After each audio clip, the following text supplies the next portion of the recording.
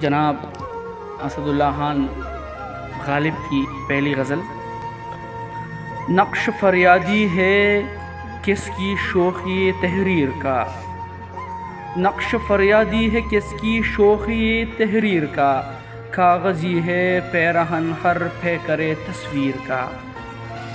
معنی: نقش صورت، فریادی فریاد کرنے والا، شوخی تحریر تحریر کی عمدگی، کاغذی پیرہن کاغذی لباس عارضی لباس، پیکر جسم بدن قامت، شوخی مہارت و فنی چالاکی۔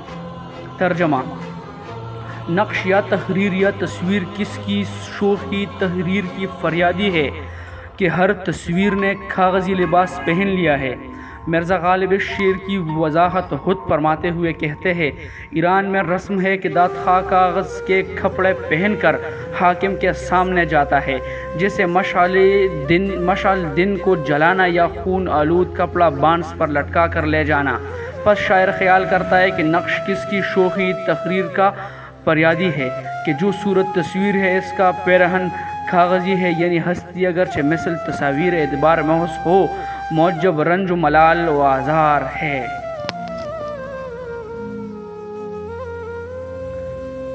مطلع کے بعد پہلا شعر: کھاؤ کھاوے سخت جانی ہائے تنہائی نہ پوچھ، صبح کرنا شام کا لانا ہے جوئے شیر کا۔ کھاؤ از کھاویدن مصدر ہے فعل امر، کاوش خریدنا کھودنا معنی اس کا آتا ہے، اور جو اس تکرار کیا گیا ہے کھاؤ یعنی کاوش جدوجہد کو کہتے ہیں۔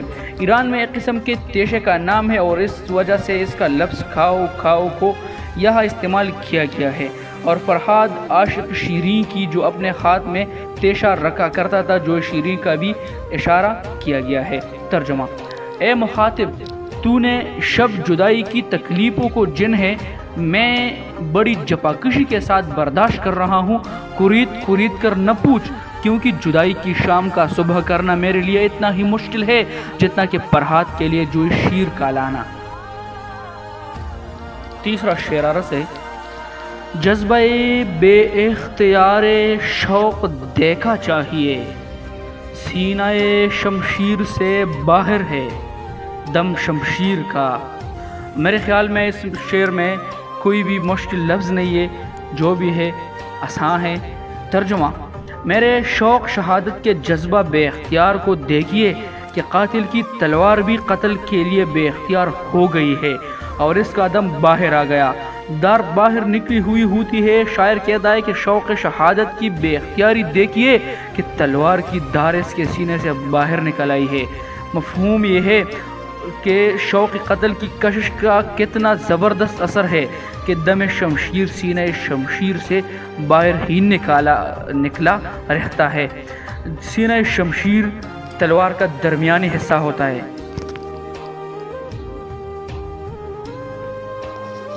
آ گئی دام شنیدن جس قدر چاہے بچھائے، مدعا عنقا ہے اپنے عالم تقریر کا۔ آ گئی محبت لیا گیا ہے آگاہی کا، اور عنقا ایک ایسا فرضی پرندہ ہے جس کا نام سننے میں آیا ہے مگر کسی نے دیکھا تک نہیں۔ مطلب یہ ہے کہ جب کسی نایاب چیز کو ڈھونڈنے پر تلے ہو جائے اور وہ نہ ملے تو اس کو ہم کہتے ہیں عنقا۔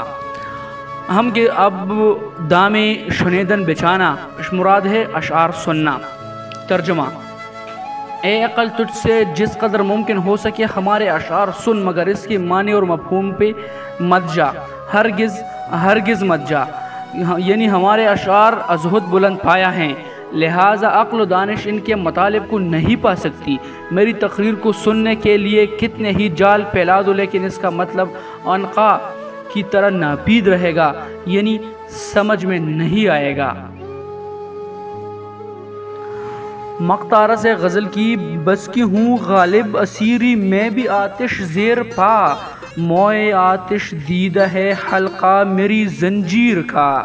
معنی: آتش زیر پا، پاؤں کے نیچے آگ، اسیری قید بند میں مراد قید عشق، موئے آتش دیدہ وہ بال جو آگ کو دیکھ کر حلقہ دار اور کمزور ہو گیا ہو، یعنی آگ میں جلا ہوا بال، حلقہ یعنی زنجیر کی کڑی، بس کا چونکہ بہت ترجمہ یا تشریح ہے۔ غالب میں قید عشق میں بھی اس قدر بے قرار ہوں کہ اگر میرے پاؤں میں لوہے کی زنجیر پڑی ہو تو سوز عشق کی وجہ سے زنجیر کا ہر حلقہ میرے آگے موئے آتش دیدہ سے زیادہ حیثیت نہیں رکھتا۔ میں قید میں بے قرار ہوں، جس زنجیر میں مجھے جکڑا گیا ہے اس کے حلقے موئے آتش دیدہ بن گئے ہیں۔ حلقہ زنجیر کو آتش زیرپا ہونے کی وجہ سے موئے آتش دیدہ کہا گیا ہے۔